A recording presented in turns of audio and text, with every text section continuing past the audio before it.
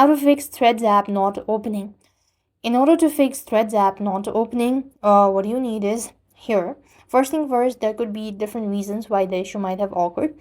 So you can go with a basic step, like first thing, try restarting your device by holding onto your side button. That should be able to fix.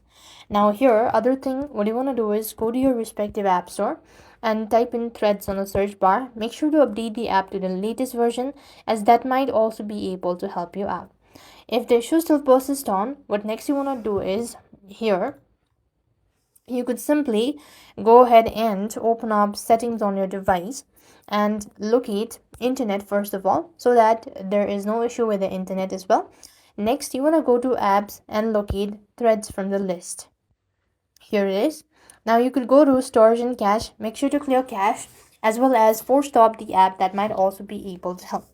So this way you should be able to fix Threads app not opening. However, you could also do this by going to your Instagram account.